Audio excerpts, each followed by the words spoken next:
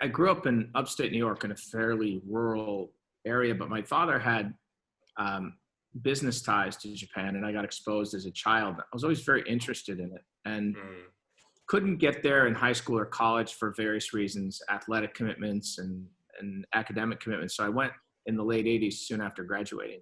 I mm, just came over. I just came over because I wanted to spend 6 months and learn about the country, and I ended up, uh, as happens in a lot of cases, accidentally falling into a business opportunity that turned into a pretty interesting startup in the field of executive education and corporate education, and mm. built up a little company that I merged eventually with the Princeton Review in Tokyo.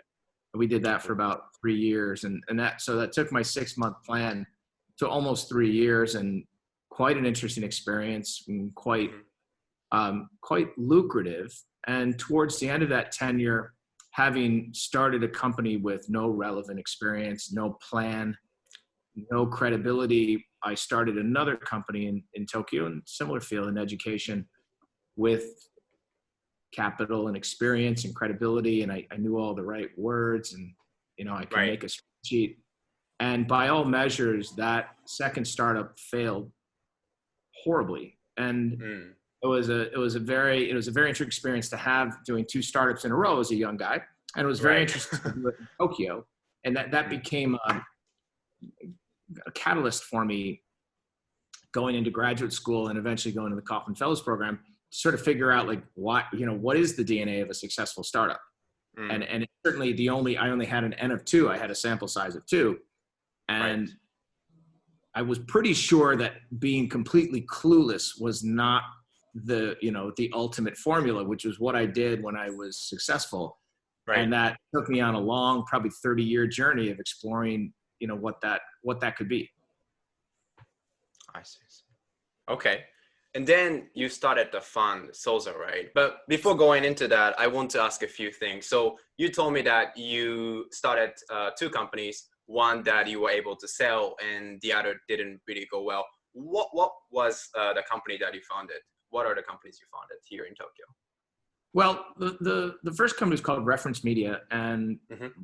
sold it in about 7 months to the Princeton Review. The second Wow. company we never got around to naming. We just called it Newco, and Newco. Okay. Interesting. it failed. It failed before it even got a name. It was a Okay. disaster. It was an And absolute disaster. and the capital that you got, that is from Japanese investor or from the States? The first the first startup, no, the first startup was completely self-funded. It was very Ah, profitable out of the gates. I was wow. undergrad. I was a early 20s aerospace engineer. I didn't know anything about finance. I'd never taken a Uh-huh. finance course. So I didn't know. I just thought company needed to be profitable, or why would you do it? So it was profitable, made money, and then the second company I personally financed. I see. Interesting, interesting. And then what exactly brought you to Japan? So you came here when you were undergrad, right? Right after my undergrad, I came, and Ah, it was a thing that you probably any 23, 24-year old can understand.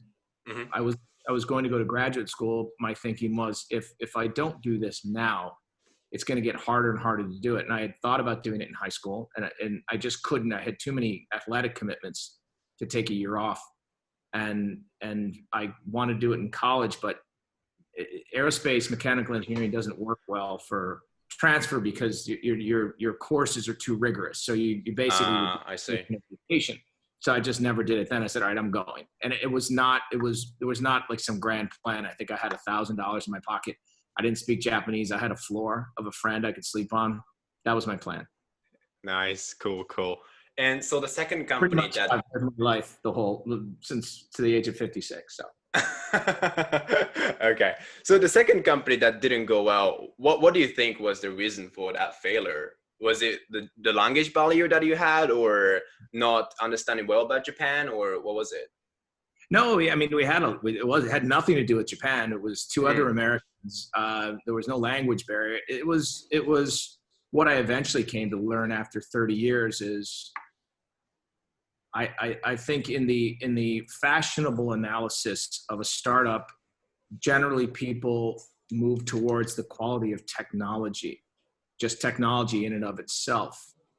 And if not, they may look at the finance side. The basis of all great startups is culture, alignment, great communication, people understanding they need to be aligned, somebody taking the lead of making sure everybody's aligned. And then the second piece is business model and making sure you're building something that is delightful and profitable and scales easily. We never even got to the business model. We fell apart culturally. And Right. that, you know, that was something that I took away as kind of the effective leader of that organization. I took it away as the responsibility that I would learn. And I try to never let it happen again in any other organization I lead, is to invest an incredible amount of time in making sure everybody is clear on what everyone else is doing, that they understand their purpose, that we are working towards alignment, and we have systems in place when we get out of alignment, which is what humans are going to do. So that's a quick punchline of 30 years of studying this problem.